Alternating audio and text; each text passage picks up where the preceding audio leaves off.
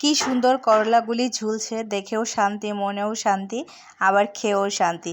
করলায় কিন্তু অনেক পুষ্টিগুণ আছে, আর এই করলা কিন্তু দেখা যায় অনেকেরই পছন্দ, আবার অনেকেই খেতে পারে না। তবে একটু রান্না ঠিকভাবে করলে দেখা যায় তিতা কম লাগে, খাওয়া যায়। তো যা হোক, করলা কিন্তু ছাদ বাগানে খুব সহজেই চাষ করা যায়। কিভাবে চাষ করা যায় খুব সহজেই, তাও আবার কোনো রকম নামি দামি কোনো কোম্পানির বীজ কেনা ছাড়াই কিন্তু এত সুন্দর টবে করলা চাষ করা যায়।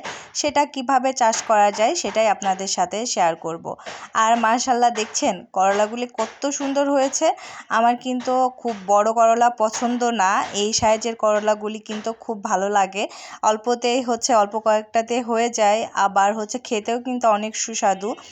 তো এগুলির তুলনামূলক বড় করলাগুলি খেতে অত ভালো লাগে না। আবার এর থেকে যে ছোট করলাগুলি আছে ওইগুলির স্বাদ তো একদম অসাধারণ, আমার কাছে খুব ভালো লাগে।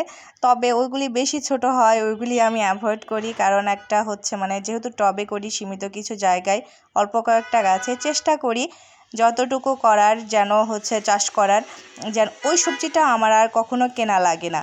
তো এভাবে করে আমি চাষ করি। তো আলহামদুলিল্লাহ, এই সাইজের মিডিয়াম সাইজের করলাগুলো কয়েকটাতে হয়ে যায় আমার, দেখা যায় খুব বেশি লাগে না। এই যে দেখেন, আমি কয়েকটা হারভেস্ট করেছি, আরও 2-1টা করব। তো এগুলিতে কিন্তু আলহামদুলিল্লাহ হয়ে যায়। করলা টবে কিন্তু খুব সহজেই হয়ে থাকে, সে বিষয়ে আলোচনা করব। প্রথমেই আসি বীজ সংগ্রহ কিভাবে করবেন, আর তারপরে আসি মাটি। তো একে সবগুলি কিন্তু পর্যায়ক্রমে আলোচনা করব। তো বীজটা নিয়ে পরে বলবো, আগে করলা হারভেস্ট করার পরে তারপর কিভাবে মাটি তৈরি করব সেটা কিন্তু বলবো আপনাদের সাথে। তো মাশাআল্লাহ, দেখেন আমি হাত ভরে করলাগুলো হারভেস্ট করেছি, আর কিন্তু অনেক ভালো লাগে। তো এই যে আমি কিন্তু যেই টবে এই করলা গাছগুলি ছিল, আবার ওই টবেই কিন্তু আমি করলা গাছ রোপণ করব। আর আমার টবের মাটিগুলি কিন্তু যথেষ্ট সার পরিপূর্ণ। তারপরেও এই টবে, এই বালতিতে আমি ছোট্ট একটা টবে সার তৈরি করতে দিয়েছিলাম। দেখেন মাশাআল্লাহ, কত সুন্দরভাবে সার হয়েছে। কিচেন ওয়েস্ট, কোনো কেমিক্যাল বা মাটি নেই, শুধুমাত্র কিচেন ওয়েস্ট থেকে এত সুন্দর সার হয়েছে। আর কিছু অংশ যেগুলো ওপরের দিকে ছিল সেগুলি শুকনো হয়ে গেছে। আর ডিমের খোসাগুলি, ওইগুলি তো সহজে পচতে চায় না, তো ওইগুলি হাত দিয়ে ভেঙে ভেঙে দিতে হবে। আর হ্যাঁ, এভাবে করে কিচেন ওয়েস্টের সার তৈরি করলে অবশ্যই কেঁচো হবে। অনেকে হয়তো বা বলেন কেঁচো গাছের জন্য অনেক ক্ষতিকর। অতিরিক্ত কোনো কিছুই ভালো না, এটা আমি মানি। অতিরিক্ত যখন কেঁচো হয়ে যায় তখন কিন্তু গাছের ক্ষতি করে। তবে অল্প কিছু কয়েকটা থাকলে কোনো রকম ক্ষতি হয় না।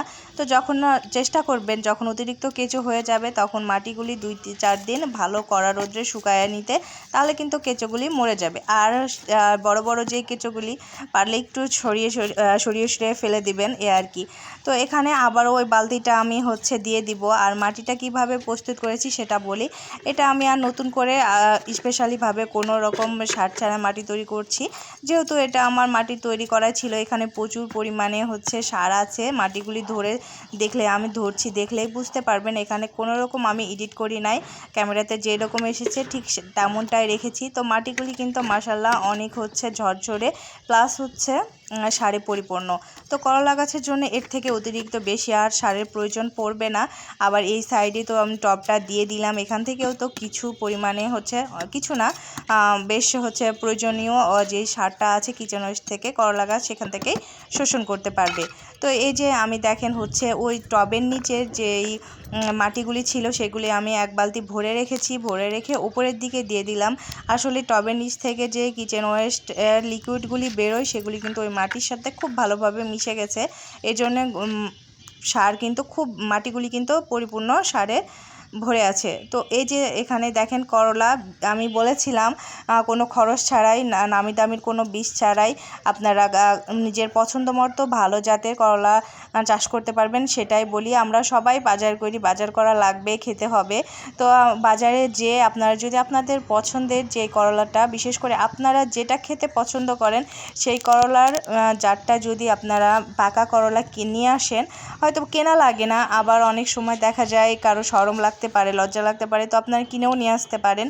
তো ওইটা ভালো করে হচ্ছে এভাবে ধুয়ে আপনারা যদি সরাসরি রোপণ করে দেন তাহলে কিন্তু খুব ভালো মানের গাছ গজায়। আর এখানে এই প্রত্যেকটা বীজ কিন্তু পরিপক্ক আর হচ্ছে খুব ভালো মানের বীজ, একটাও কিন্তু নষ্ট নেই।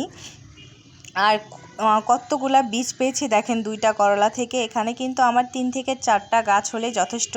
এই টবে 2টা রাখবো আর এক টবে দিব। ওই যে এর আগে বলেছিলাম ভিডিওর শুরুর দিকে যে আমি যেই সবজিটা চাষ করি সেটা যেন আর কিনে খেতে না হয়, এজন্য একটু ওইভাবে করে করার চেষ্টা করি। তো আপনারা চেষ্টা করবেন। আর হ্যাঁ, করলা চাষ করার বীজ রোপণের পরে অনেক সময় অতিরিক্ত মাটি দিয়ে ফেলি, এটি কিন্তু করা যাবে না। আমি প্রথমে একটা ভুল করতে বসেছিলাম, আবার হঠাৎ করে মনে পড়েছে যে করলা তো বেশি ভিতরে চলে গেলে গাছ গজাতে কষ্ট হয় বা নষ্ট হয়ে যায়। প্রায় সময় দেখবেন করলা গাছ উঠতে চায় না কিংবা অসুস্থ অবস্থায় উঠে। আসলে অতিরিক্ত সময় মাটির নিচে থাকার কারণে, উঠতে কষ্ট হওয়ার কারণে এরকম হয়ে থাকে। তো এই জন্য হালকা উপরে মাটি দিবেন যেন হচ্ছে ভেজা মানে কোনো রকমভাবে ঢেকে থাকে, এইভাবে করে দিয়ে দিবেন। আবার আপনারা টিস্যু পেপারেও কিন্তু করতে পারেন, খুব ভালো হয়।